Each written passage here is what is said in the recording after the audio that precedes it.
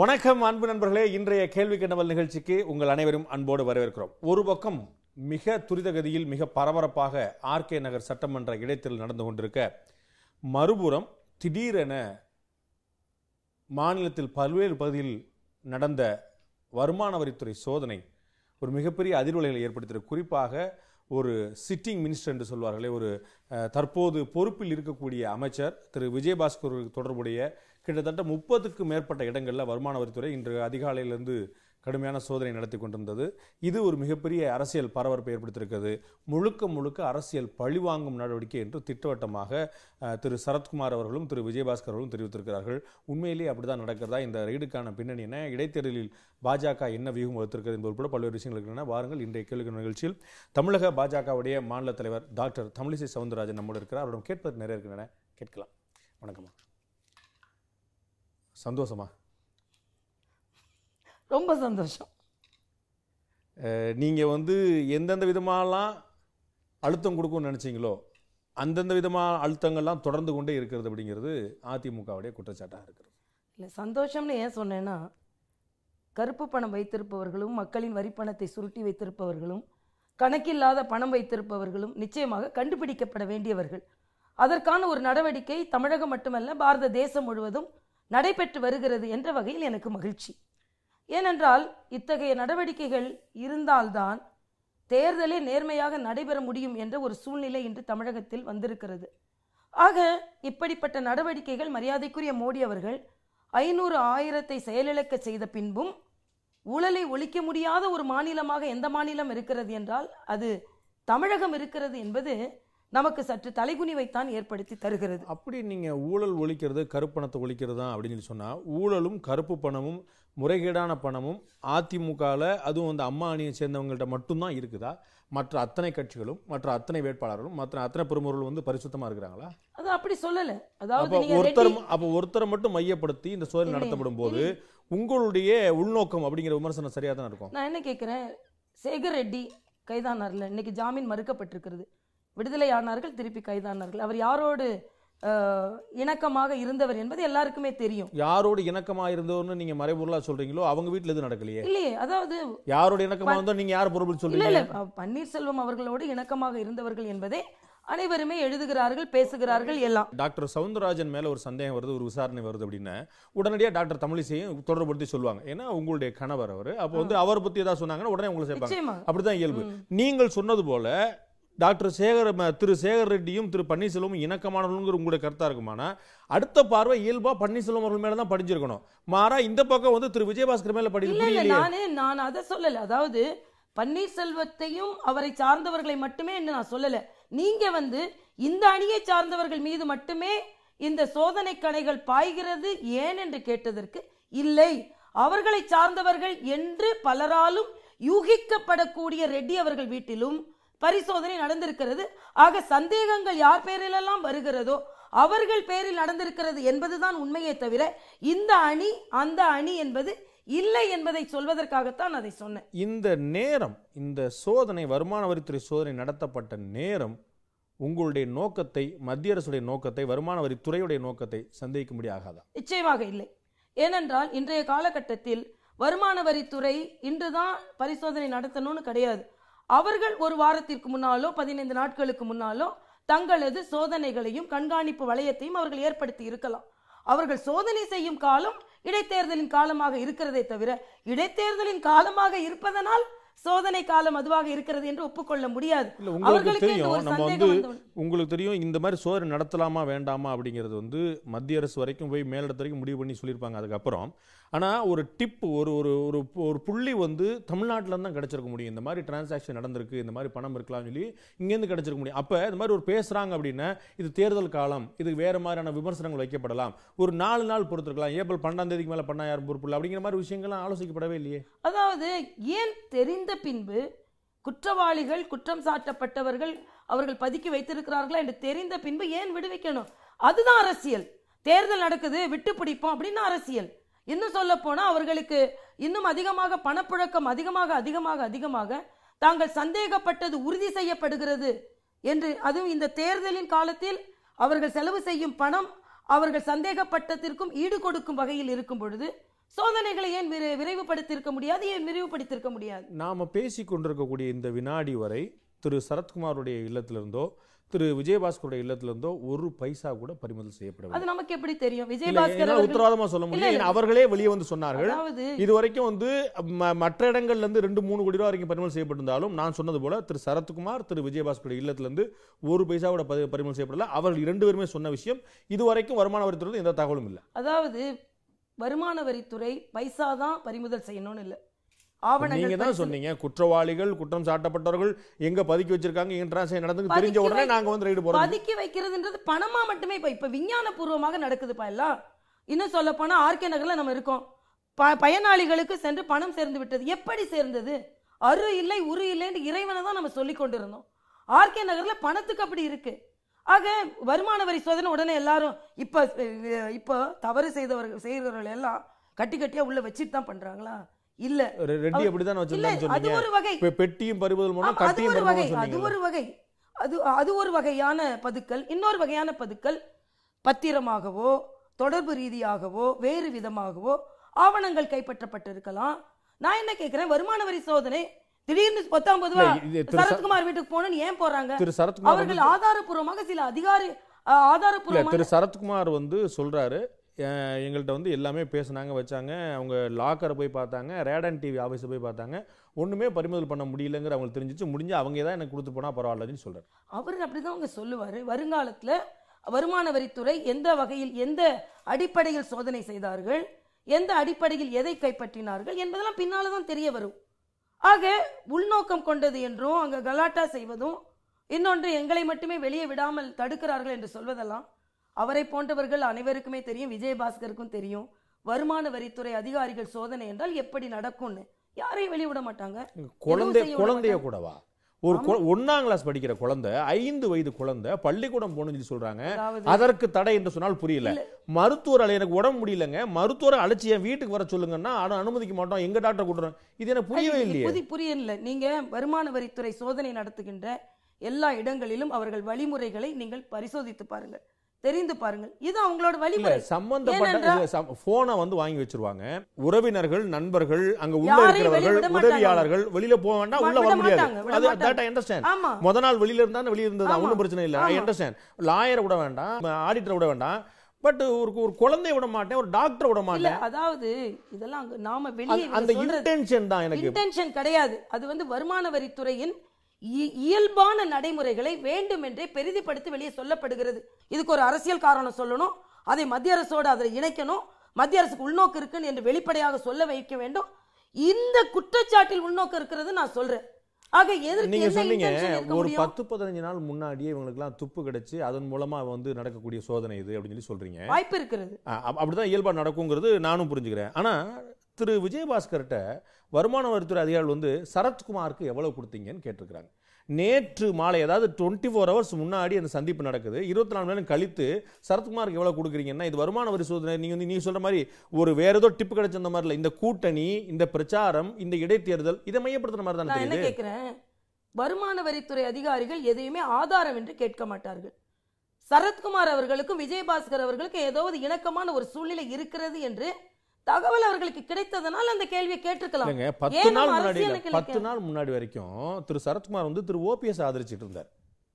அன்னைக்கு வந்து ஒன்னும் ரைடு போல, அன்னைக்கு வரைக்கும் ஒன்னும் நடக்கல.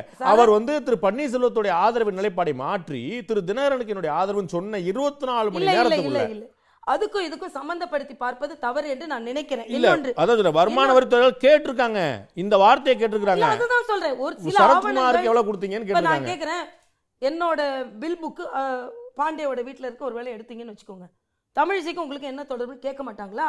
ஆதாரம் இல்லாம கேட்க மாட்டாங்களா? ஆக அந்த கேள்வியை தப்புனா என்ன அர்த்தம் நான் கேக்குறேன். இந்த இது தமிழிசை மேடத்தோடைய பில் புக் இங்க இருக்கே, எப்படி வந்ததுன்னு கேட்கணும். தமிழிசை மேடத்துக்கும் உனக்கும் எவ்வளவு கள்ள கணக்கு ஓடிட்டு இருக்கு, எவ்வளவு பணம் நீங்க கைமாத்துறீங்கன்னு கேட்டா கோயின்சிடென்ட் ஆச்சுன்னா கேட்க தானே செய்வாங்க. அப்படின்னா நீங்க பறிமுதல் பண்ணிருக்கணும்ல. அப்படின்னா நீங்க வந்து விஜயபாஸ்கர் வீட்டுல இருந்து சரத்குமார் வீட்டுல இருந்து பறிமுதல் பண்ணிருக்கணும்ல. ₹1 அதாவது பறிமுதல் பண்ண உடனே 1 2 3 லிஸ்ட் போட்டு இதை பறிமுதல் பண்ணோம், இதை பறிமுதல் பண்ண சொல்ல மாட்டாங்க. அவர்கள் ஆதாரப்பூர்வமாக சோதனை நடத்தி இருக்கிறார்கள். சிலவற்றை அவர்கள் எடுத்திருக்கலாம், சிலவற்றை எடுக்காம இருந்திருக்கலாம். என்னை பொறுத்த மட்டில் இது உண்மையாக வருமான வரித்துறைக்கு கிடைத்த தகவல்களின் அடிப்படையில் அவர்கள் செய்திருக்கின்ற சோதனையா இருக்கலாம். நீங்க சொல்றது அதுதான் எப்பொழுதும் உள்ள வழிமுறை என்ற முறையில் நான் இதை சொல்றேன். இந்த சோதனை நடந்து தேர்தல் காலமா இருந்திருக்கே தவிர தேர்தல் காலமா பார்த்து அவங்க சோதனை நடத்தலன்னு சொன்னீங்க. ஆனா கேட்கப்படுற கேள்வி தேர்தலை மையப்படுத்தி தான் இருக்கே வருமான வரித்துறை சோதனை. அப்பதான் சந்தேகமே வருது. அவங்க இயல்புல வந்துட்டு உங்களுக்கு என்ன பிசினஸ் என்ன டிரான்சாக்ஷன் கேட்டிருந்தாங்கன்னா இங்க பிரச்சனை கிடையாது. அதாவது எதுவும் ஒளிவு மறைவா நடந்தா பரவாயில்ல. இவ்வளவு பாக்குற வருமான வரித்துறைக்கு ஆர்கே நகர்ல பாக்குறது தெரியாதா? ஆர்கே நகர் அவங்க வேலை இல்ல, அது தேர்தல் கமிஷன் வேலை. ஆனா ஆர்கே நகர் நடக்குது தேர்தல் ஆணையத்துடைய வேலை. டிரான்சாக்ஷன் நடக்குது அவங்க வேலையா இல்லையா? தேர்தல் ஆணையத்துடைய வேலை. பணம் மாற்றப்படுகிறது, தேர்தல் ஆணையத்துல பணம் அதிகமாக கொடுக்கப்படுகிறது, ஒரு இடத்துல இருந்து பணம் அதிகமா மூவ்மெண்டா இருக்குன்னா அது வருமான வரித்துறையோட வேலையா இல்லையா? ஆக தேர்தல் ஆணையத்தோட வேலை இது. வருமான வரித்துறை அதையும் மீறி எந்த அளவிற்கு பணம் அங்கே பாதாளத்தில் பாய்கிறது என்றால் பாதாளத்திலே பாயும் பொழுது ஏன் வருமான வரித்துறைக்கு அது தெரியாதுன்னு நான் கேட்கிறேன். ஆக அதையும் தெரிஞ்சிருந்தாதான் என்னன்னு கேட்கிறேன். ஆக வருமான வரித்துறை இல்ல தேர்தலை பற்றி எனக்கு கவலை இல்ல, தேர்தல் எவ்வளவு வேணாலும் கொடுத்துட்டு போட்டு சொல்றதுக்கு வருமான வரித்துறை இல்ல. தேர்தல் நடைமுறை வேறு, தேர்தல் நடக்கக்கூடிய ஊழல்களை முறையீடுகளை ஒருத்தர் தான் முடிவு பண்ண முடியும், தேர்தல் ஆணையம் மட்டும்தான். நீங்க 1000 புகார் சொல்வீங்க, நான் 1000 புகார் சொல்வேன், நமக்கு 1000 உள்நோக்கு இருக்கலாம். தேர்தல் ஆணையம் 2 பேருக்கும் பொதுவானது, அவர்கள் தான் முடிவெடுக்க முடியும். அவங்க வருமான வரித்துறையிலே ஆள் வச்சு அவங்க வந்து பண டிரான்சாக்ஷன் பார்க்கறக்க அவங்க தனியா அதுக்கு பார்வையாளர் வச்சிருக்காங்க, நுண் பார்வையாளர் வச்சிருக்காங்க, சிறப்பு பார்வையாளர் வச்சிருக்காங்க, சிறப்பு மேற்பார்வையாளர் வச்சிருக்காங்க, எல்லா பார்வையாளர் வச்சிருக்காங்க. அது தனி ப்ராசஸ். தேர்தல் ஆணையத்தோட செயல் நடவடிக்கை கண்டனம் இதெல்லாம் தனி. இந்த பக்கம் வருமான வரித்துறை செயல் கண்டன நடவடிக்கைலாம் தனி. இது ரெண்டுக்கும் உள்நோக்கம் வச்சு ஒரு இணைப்பை பாஜக மத்திய அரசு கொடுக்குதோ? நிச்சயமாக இல்லை, நிச்சயமாக இல்லை. இன்னொன்னு சொல்றேன், விஜயபாஸ்கர் அவர்கள் வீட்டில் மட்டும் ரெய்டு நடக்கல, எம்ஜிஆர் பல்கலைக்கழகத்தின் துணைவேந்தர் வீட்டிலே ரெய்டு நடந்திருக்கு. அப்போ இது தேர்தல் சார்ந்ததாக இல்லாமல் வேறு ஒரு முறைகேடில் கொடுக்கப்பட்ட பணமோ பதுக்கப்பட்ட பணமோ பத்திரமோ இருக்கலாம் இல்லையா? விஜயபாஸ்கர் சொல்றாரு, நான் வந்து எல்லாத்தையும் ஒப்படைச்சு போறாங்க, என் குடும்பமே இங்க இருக்குங்க, இன்னைக்கு நான் வந்து ஒரு விருது வாங்க வேண்டியிருக்கு, தமிழக சுகாதாரத்துறை சிறப்பாக செயல்பட்டதுக்காக ஜனாதிபதி விருது வழங்கப்படுது தமிழ்நாட்டுக்கு, அதை நான் ரிசீவ் பண்ண அலோவ் பண்ணுங்கன்னு சொன்னா முடியாதுன்னு சொல்லியிருக்காங்க. ஸோ ஜனாதிபதி விருது வந்து வாரம் கிடைக்கக்கூடிய விஷயம் இல்லை, அடுத்த வாரம் போய் பார்த்துக்கங்க வாங்கிக்கன்னு சொல்லி சொல்றதுக்கு அதற்கு கூட விட மாட்டேன்னு சொல்றது சரியா? அதாவது இதுல தான் நான் சொல்றேன், இது விருது வாங்குறது, மருத்துவமனைக்கு போறேன்னு சொல்றது, ஸ்கூலுக்கு போறேன்றது தனிப்பட்ட விஜயபாஸ்கருக்கோ சரத்குமாருக்கோ நடத்துகின்ற வழிமுறை கிடையாது. ஒட்டு மொத்தமா வருமான வரித்துறை ஒரு வீட்டுக்கு வந்ததுன்னா அவர்கள் எந்த சந்தேகத்தோடு வருகிறார்கள் என்றால் அந்த சந்தேகத்தின் அடிப்படையில் அவர்கள் யாரையும் வெளியே விடுறதில்லை. அது விருதா இருக்கலாம், மருந்தா இருக்கலாம், எதா இருக்கலாம். ஆக இதை இவர்கள் பொலிட்டிசைஸ் பண்ணி அரசியலாக்கி ஏதோ விஜயபாஸ்கருக்கு மட்டும் அது நடக்கிற மாதிரியும் சரத்குமாருக்கு மட்டும் நடக்கிற மாதிரியும் இவர்கள் அதை முன்னிறுத்துகிறார்களே தவிர அதில் உண்மை இல்லை. இது இயல்பான நடைமுறை வழிமுறை. அதைத்தான் நான் சொல்றேன். திரு ஜி ராமகிருஷ்ணன் சொல்றாரு, இந்த ரைடு ஒரு பக்கம் இருக்கட்டுங்க, இதற்கு முன்னாடி நடத்தப்பட்ட ரைடில் அன்புநாதன் அவர்கள் வீட்டில் பறிமுதல் செய்யப்பட்டது என்னாச்சு, இவர் தஞ்சாவூரில் பறிமுதல் செய்யப்பட்டது என்னாச்சு, திரு நத்தம் விஸ்வநாதன் வீட்டில் பறிமுதல் செய்யப்பட்டது என்னாச்சு, இது மாதிரி இதற்கு முன்னாடி நடந்த ரைடில் நடந்ததெல்லாம் என்னன்னு இன்னும் தெரியல. அதுக்குள்ளே அடுத்த ரைடுனா சும்மானாத்துக்கு ஏதோ ரைடு நடத்துவோம் வருவோம், ரைடு நடத்துவோம் வருவோம், ரைடு நடத்த மாதிரி விஷயமா? இதில் வந்து பலன் என்ன கிடைச்சது, அதுக்கு அடுத்த செங்கல் எங்கே நடந்துங்கிறது தெரிய வேண்டாமா? அதாவது ஒரு துறை சார்ந்த ஒரு நடவடிக்கை இருக்கிறது என்று வைத்துக் கொள்வோம், வழக்கு நடக்கிறது, சில அதிகாரப்பூர்வமான தகவல்களை அவர்கள் எங்கே சொல்ல வேண்டுமோ அங்கே சொல்வார்கள். வழக்கு விசாரணைக்கு சில இடையூறாக இருக்கலாம் என்பதற்காக கூட சில தகவல்களை அவர்கள் முன்னால் சொல்லாம இருக்கலாம். ஆக அந்தந்த துறைக்கு ஒரு முறை இருக்கிறது, அதை அவர்கள் கடைபிடிக்கிறார்கள். இதையே நாம் அரசியலாக்கணும்னா என்னோட ஒரு சோதனை நடத்தி பறிமுதல் செய்யப்படுறதை விட வேற ஒரு சந்தர்ப்பம் கிடைக்காது. என்ன சர்ப்ரைஸ் ரைடு, இது வந்து கிட்டத்தட்ட சர்ஜிக்கல் ஸ்ட்ரைக் மாதிரி திடீர்னு போய் அவங்களுக்கு எதிர்பாராத விதமாக பண்றது தான் ஒரு முக்கியமான விஷயம். அப்ப கிடைக்காத ஆவணங்கள், அப்ப கிடைக்காத சாட்சியங்கள் அதற்கு பிறகு கிடைக்க போறது இல்லை. அது வந்து ஒரு இயல்பான பேர். அப்ப என்னென்ன டெவலப் பண்ணுங்க சொல்ல இருக்கு, நீங்க ரைடு நடத்துறதுன்னு சொல்ல மாட்டீங்க, அதுக்கப்புறம் என்ன டெவலப் பண்ணுங்கன்னு சொல்ல மாட்டீங்க. அப்ப ரைடுங்கிறது வெறும் ஒரு ஆளை டிஃபேம் பண்றதுக்கு, அந்த ஆளுடைய கீர்த்தியை புகழ குறைச்சு பேரை கெடுத்து விடுறது. அப்படி இல்ல. அதை நீங்க வருமான வரித்துறையிலேயே நீங்க கேட்கலாம், எந்த விதத்துல எந்த காரணத்திற்காக நீங்கள் வருமான வரித்துறை அதிகாரியாக வந்து அங்க சோதனை செய்தீர்கள் என்று கேட்டால் அதற்கான எங்களுக்கு சில இன்புட்ஸ் இருக்குன்றாங்க, அவ்வளவுதான் சொல்றாங்க. எங்களுக்கு சில இன்புட்ஸ் இருக்குன்றாங்க, அவங்க வந்து இந்த டாக்குமெண்ட் காட்ட வேண்டியதில்லை. உங்களுக்கு இன்புட்ஸ் வந்திருக்கும், நடவடிக்கை எடுக்கல தவறு இல்லைங்க. இப்ப என்னுடைய வீட்டுல நீங்க வருமான வரித்துறை ரைடுன்னு சொல்லிட்டு வந்து ஒரு 100 கோடி ரூபாய் எடுத்துட்டு போனீங்க அப்படின்னு, ஆஹா ஒழுக்கமா நடிச்சானே பாண்டே எப்படிப்பட்ட ஆளா அப்படின்னு நல்லவர் கேட்பாங்க, அது நியாயம். நான் கேட்கறது உள்ளந்து ஒண்ணுமே எடுத்துட்டு போலன்னு சொல்லும் போது அந்த இழுக்குக்கு அந்த அவப்பேருக்கு யார் பொறுப்பேற்பது? அதாவது ஒண்ணும் இல்லைன்னா ஒரு அவப்பேர் இல்லைங்க. அது எப்படிங்க? நான் கேட்கிறேன், என் காரை உட்கார்ந்து 1/2 மணி நேரம் சோதனை பண்ணாங்க. என் காரு நான் தான் பணம் இல்ல பழம் தான் இருக்கு. ஆமா பழம் தான் இருக்கு, பணம் இல்ல, எல்லாத்தையும் சோதனை பண்ணிக்கோங்க நான் சொல்றேன். வேணா 2 பழம் வாங்கிட்டு, ஆமா இன்னும் 2 பழம் வாங்கிக்கோங்க, ஒன்னும் பிரச்சனை இல்லைன்னு. உடனே என் கூட இருந்த கூட கோவப்பட்டாங்க, என்ன டாக்டரோட காரை நீங்க சோதனை பண்ணி, அவங்க யார் சோதனை பண்ணட்டும். உடனே வந்து எல்லாரும் ஒரு 20 பேர் எப்படி பார்த்தாலும் நம்ம ஆளுங்க தான் சொல்லி அதாவது சோதனை நடத்துறாங்க, இல்ல அதை தரங்க இதை தரங்க டிக்கியை தரங்க எல்லாம் திறந்தாங்க. உடனே என் காரையே சோதனை பண்ணிட்டாங்க, எனக்கு டிஃபேம். உங்க மடியில கணம் இல்லைல்ல, சோதனை பண்ணாங்கங்க, ஒன்றும் இல்லைங்க, விட்டு தள்ளுங்க அப்படின்னு ஏன் போக முடியாது? இந்த நாட்டில் உள்ள ஒவ்வொரு பிரஜையும் சோதனை பண்ணுவதற்கு வருமான அதிகாரிகளுக்கு தகுதி இருக்கிறது, உரிமை இருக்கிறது. உங்க வீடா இருந்தாலும் சரி, ஏன் வீடா இருந்தாலும் உங்க நினைவுல கடந்த 3 ஆண்டுகள்ல பாஜக முக்கிய பிரமுகர் ஒரே ஒருத்தர் வீட்டுல வருமான வரித்துறை சோதனை சொல்லுங்க. அதாவது அதற்கான தகவல் இருந்தா பரவாயில்ல. இல்ல நான் சொல்றேன் 3 வருஷமா இந்தியா முழுக்க, நான் தமிழ்நாடு வர சொல்ல, தர்மேந்திர பிரதானோட சொந்த அண்ணன் வீட்டுல நடந்ததுங்க. தர்மேந்திர பிரதானோட சொந்த அண்ணன் வீட்டில் பரிசோதனை நடந்தது, சோதனை நடந்தது. மத்திய பிரதேசம் முதலமைச்சர் வீட்டில் நெருங்கிய உறவினர் வீட்டில் சோதனை நடந்தது. நீங்க வேணா எடுத்து பாருங்க ஆவணங்களை. சரத்குமார் வீட்டுல பரிசோதனை உடனே பிஜேபி காரணம் உடனே பழிவாங்கு நடவடிக்கை. இதுக்கு முன்னால எதுவும் நடக்கலையா? இல்லைங்க, நான் என்ன சொல்றேன், பழிவாங்க நடவடிக்கை ஏன் சொல்றாங்க அப்படின்னா, நீங்க கேட்கிற கேள்விகள், நீங்க வைக்கிற என்ன நோக்கம் இருக்க முடியும் நான் கேட்கிறேன். நான் ஒண்ணு கேட்கிறேன், எங்களுக்கு என்ன நோக்கம் இருக்க முடியும்? நாங்க எதிர்த்து போட்டி போடுறோம். திரு டிடிவி தினகரனை தோற்கடிக்க வேண்டும், எப்படியாவது அவருடைய பெயரை கெடுத்துடணும் அப்படின்னு. டிடிவி தினகரன் பணம் கொடுக்கலன்னு சொல்லுங்க, டிடிவி தினகரன் மேல குற்றச்சாட்டு இல்லைன்னு சொல்லுங்க. ஒன்றுமே இல்லாதவர் மீது வேண்டுமென்றே சில நடவடிக்கைகளை எடுத்தா நீங்க அப்படி சொல்லலாம். திரு டிடிவி தினகரன் வந்து நல்லவரா பொல்லவரா அப்படிங்கிற சர்டிபிகேட் கொடுக்கிற இடத்துல நான் இல்ல, அது என்னுடைய வேலை. நானும் இல்ல, யாரும் இல்ல. ஆனா வருமான வரித்துறை இருக்கிறது. இந்த நாட்டில் வருமான வரித்துறையின் வேலையே அதாங்க. யார் மேல சந்தேகம் இருக்கிறதோ அவர்களை சோதனை செய்ய வேண்டியது வருமான வரித்துறையின் கடமை. சரி, நீங்க சொல்லுங்க, தேர்தல் அவங்கள தோக்கடிக்கணும் நாங்க நினைக்கிறோம். நீங்களே சொல்லுங்க, தேர்தல் களத்துல இருக்கிறீங்க, டிடிவி தினகரன் வந்து பணம் கொடுக்குறாரு, மத்த யாரும் பணம் கொடுக்கல. கொடுக்குறாங்க, எல்லாரும் கொடுக்குறாங்க.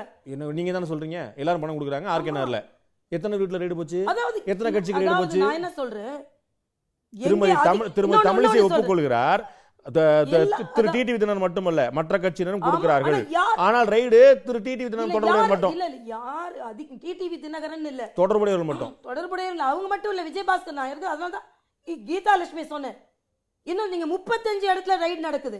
நீங்க வந்து விஜயபாஸ்கரையும் சரத்குமாரையும் மட்டும் நீங்க ஃபிக்ஸ் பண்ணி கேட்டுட்டு இருக்கீங்க. நான் கீதா லட்சுமி பேசுனேனே, நான் கல்குவாரின்னு சொன்னேனே, கல்லூரி சொன்னேனே. இல்ல அதத்தான் சொல்றேன், கல்குவாரி விஜயபாஸ்கரோட தொடர்புடைய கல்குவாரியில பல ஆவணங்கள் கைப்பற்றப்பட்டிருக்கிறது என்ற செய்தி நமக்கு வருகிறது. ஆக இதை நான் என்ன சொல்றேன்னா, இயல்பாக நடக்கும் ஒரு வருமான வரி சோதனையை வேண்டுமென்றே பாஜக மீது குற்றம் சாட்ட வேண்டும் என்பதற்காக இது அரசியல் சாயம் பூசப்படுகிறது என்ற குற்றச்சாட்டை நான் வைக்கிறேன். திரு டிடிவி தினகரன் சொல்றாரு, நான் வெற்றி பெற்றுடன் என்பதை தெரிந்து அதை எப்படியாவது முறியடிக்கலாம், தேர்தலை தள்ளி வைக்கலாம், ரத்து செய்யலாம்ங்கிற நப்பாசையில பாஜக அப்படி செய்யறாங்கன்னு சொல்றாரு. நாங்க மட்டும் சொல்லல, இன்னொன்னு கேட்கிறேன், இதுல பாஜக மட்டும் போய் தேர்தல் ஆணையரை பார்த்து முறைகேடு நடந்ததுன்னு கம்ப்ளைண்ட் கொடுத்திருந்தா பாஜக மேல சொல்லலாம். இல்ல அப்படி முறைகேடு புகார் எல்லாருமே சொல்றாங்க. ஆனா தன் கையில் இருக்கக்கூடிய ஆயுதத்தை பாஜக பயன்படுத்துகிறது, துணை ராணுவத்தை வைக்கிறது, வருமான வரித்துறையை வைக்கிறது, தேர்தல் ஆணையத்துல மாத்துது. இன்னும் நீங்க வாக்காளர்கள் மட்டும் தான் மாத்தல, மத்த எல்லாத்தையும் மாத்திட்டீங்க. நாங்களா யாரு மாத்துறாங்களோ அவங்கள விட்டுட்டு எந்த பாவமும் அறியாத எங்களை போய் குறை சொன்னா எப்படி? நான் என்ன கேட்கிறேன், அப்படி பார்த்தா நாங்க ஜெயிச்சுட்டு போயிடுறோமே, ஏன் நான் எங்களால முடியலங்கறனால அப்படி இல்ல. இன்னொன்று, அவரை ஜெயிக்க வைக்க கூடாததற்கு காரணம் இப்படிதான் செய்யணும்னு கிடையாது. அவர் மேல வழக்கு இருக்கு, குற்றச்சாட்டுகள் இருக்கிறது. இன்னும் சொல்ல போனா தேர்தல் அதிகாரி அவரோட தேர்தல் அபிடவிட்டையே எடுத்துக்க மாட்டாங்கன்னு சொன்னாங்க. இவ்வளவு பிரச்சனை இருக்குதுங்க. உங்களுக்கு தெரியும், அவர் வந்து அதுக்கு முன்னாடி இந்த வழக்கு எல்லாம் ஃபெரா வழக்கு உட்பட எல்லாம் வழக்கு இருக்கும்போது தான் அவர் வந்து ராஜ்யசபா எம்பி ஆனாரு, லோக்சபா எம்பி ஆனாரு. எங்களுக்கு அவரை தோக்கடிக்கணும் அப்படின்றது எங்களுக்கு என்ன நோக்கம் இருக்கு? நம்ம ஜெயிக்க முடியாது. அப்ப ஜெயிக்கிற ஆள் கால உடைச்சு கேக்குறேன். அப்படின்னா என் கவர்னர் இதுக்கு முன்னால அவர்கள் ஆட்சி அமைக்க நீங்க முதல்ல இருந்து அந்த குற்றச்சாட்டு சொல்லிக் கொண்டிருந்தீர்கள். 14 நாள் தாமதப்படுத்தினதுனால தானே, 19 நாள் தாமதப்படுத்தினதுனால கூவாத்தூருக்குள்ள 122 பேரை உட்கார வச்சு எப்படியாவது வெளியே எடுத்துற முடியுமான்னு பார்த்தது, முடியலன்னா நாங்க என்ன முயற்சி செய்தோம்? நான் என்ன கேக்குறேன், நீங்க முயற்சி இல்ல, பாஜகவுல இருந்த ஆளுநர் திரு வித்யாசாகர் ராவ் டிடிவி தினகரனை வெற்றி பெற வைப்பதோ அவர்களை முடக்குவதற்கோ நாங்கள் முயற்சி செய்தால் இப்படிதான் முயற்சி செய்யணும்னு கிடையாது. ஆரம்ப காலத்துல இவ்வளவு விட்டுட்டு முயற்சி செய்யணும்னு கிடையாது. இல்ல, நீங்க ஆட்சி அதிகாரத்தை பயன்படுத்தி எப்படி வேண்டுமானாலும் முடக்கி இருக்கலாம். தப்பு செஞ்சவர்கள் விடப்படுகிறார்கள், பணம் அதனால் சம்பாதித்தவர்கள் விடப்படுகிறார்கள், பணம் பதுக்கி வைத்தவர்கள் விடப்படுகிறார்கள். ஆனா பரிசோதனை செய்தவர்கள் பரிசோதனை செய்பவர்களோடு பாஜகவை இணைத்து எந்தவித குற்றமும் பாவமும் அறியாத பாஜகவை குற்றம் சாட்டுவது எந்த விதத்தில் நியாயம்? வருமான வரித்துறை சோதனை நடக்க வேண்டுமா என்றால் நடக்க வேண்டும். கருப்பு பணம் ஒழிய வேண்டுமா? ஆமா ஒழியணும். ஊழல் ஒழியணும். எல்லாமே ஆமா, 100% மாற்று கருத்தை விட நடத்தப்பட்ட இடம், நடத்தப்பட்ட நேரம் சந்தேகத்துக்குள்ள. நான் என்ன கேட்கிறேன், இன்னைக்கு உங்க வீட்டுல ஒரு பிரச்சனைன்னு தெரியுதுப்பா, எனக்கு இன்னைக்கு தெரியுது. சரி, தேர்தல் முடியட்டுன்னு விட்டு அது என்ன நேர்மையான வழிமுறைன்னு கேட்கிறேன். நாம அரசியலையும் இயல்பான நடைமுறையும் நாம் சிக்கிக் கொள்கிறோம். நான் சொல்றேன், அதை இணைக்காதீர்கள் என்று சொல்றேன். திரு டிடி விதிரன் அந்த குற்றச்சாட்டை வைக்கிறாருன்னு அவர் பாவம் ஏதோ பாதிக்கப்பட்டவர் நினைச்சு சொல்றாருன்னு கொள்ளலாம். ஆனா இந்த வருமான வரித்துறை சோதனைக்கு பின்னணியில் உள்நோக்கம் இருக்கிறது என்றும் அந்த நோக்கத்தை சந்தேகிக்காம இருக்க முடியாது என்றும் திரு திருமாவளவன் அவர்களும் திரு ஸ்டாலின் அவர்களும் சொல்கிறார்கள். யாரு இவங்க ரெய்டுனால ஏதாவது பிடிபட்டா அவர்கள் இருவரும் மகிழ்ச்சி அடையக்கூடியவர்கள். அவங்க தெளிவா சொல்றாங்க, இந்த வருமான வரி சோதனைக்கு பின்னால் இருக்கக்கூடிய நோக்கத்தை சந்தேகிக்காமல் இருக்க முடியாது. இல்ல அவர்கள் என்னென்றால் அவர்களுக்கும் பாஜக இன்னைக்கு டார்கெட்டா இருக்கு. நான் கேட்கிறேன், அண்ணன் ஸ்டாலின் இன்னைக்கு அவர் சொல்றாருல்ல, அதே அண்ணன் ஸ்டாலின் வீட்டுல அவர்கள் கூட்டணி கட்சியாக காங்கிரஸ் இருந்த பொழுது அவர் நாங்கள் கூட்டணியை மறுபரிசீலனை செய்வோம் என்று சொன்ன அடுத்த நாள் 24 மணி நேரம் கூட இல்ல, அடுத்த நாள் அவர் வீட்டில் சோதனை நடந்தது. மத்திய அமைச்சராக இருந்த திரு சிதம்பரம் அப்ப சொல்றாரு wrongly timed, தவறான. அவர் சொன்னது திட்டமிட்டதில்ல. அவர் மத்திய அமைச்சர் அப்ப அவர் சொன்னாரு இது 10 நாள் முன்னாடியே தீர்மானிக்கப்படுறதுங்க, உங்களை மாதிரி தான் சொன்னாரு. ஆனாலும் தவறான நேரத்தில் நடந்து விட்டதுன்னு சொன்னார். இல்ல அவருக்கு அவங்க கூட்டணி கட்சி, அதனால அவர் அப்படி சொல்லி ஆகணுங்க. திருமாவளவனுக்கு பிஜேபி எதை செஞ்சாலும் திருமாவளவன் பாராட்டுவாரா? பாராட்ட மாட்டாரு.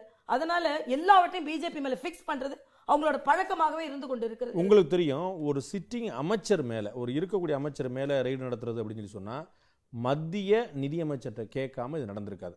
அப்ப மத்திய அரசு மேல இந்த கேள்வி கேட்கத்தானே செய்வாங்க. வருமான வரித்துறை ஒரு 6வது விரல் அல்லவே, எங்களுக்கு தெரியாது அப்படின்னோ, இல்லாட்டி சிஏஜி டிபார்ட்மெண்ட் மாதிரி ஒரு தனிச்சா இயங்கக்கூடிய அமைப்பு ஒரு தேர்தல் ஆணையத்தோட நடவடிக்கைக்கு நீங்க பொறுப்பேற்காம போகலாம். வருமான வரித்துறை அவர்களுக்கு என்று சந்தேகம் வரும்பொழுது அவர்கள் இயல்பாக நடத்துகின்ற இது ஒரு சோதனை. வருமான வரித்துறை யாருடைய கட்டுப்பாட்டில் வருகிறார்கள்? வருமான வரித்துறை இயல்பா அப்படின்னா ஏன் கேட்கிறேன், நான் கேட்கிறேன்ல, தர்மேந்திர பிரதான் வீட்டு அண்ணன் வீட்டுல ஏன் சோதனை பண்றாங்க?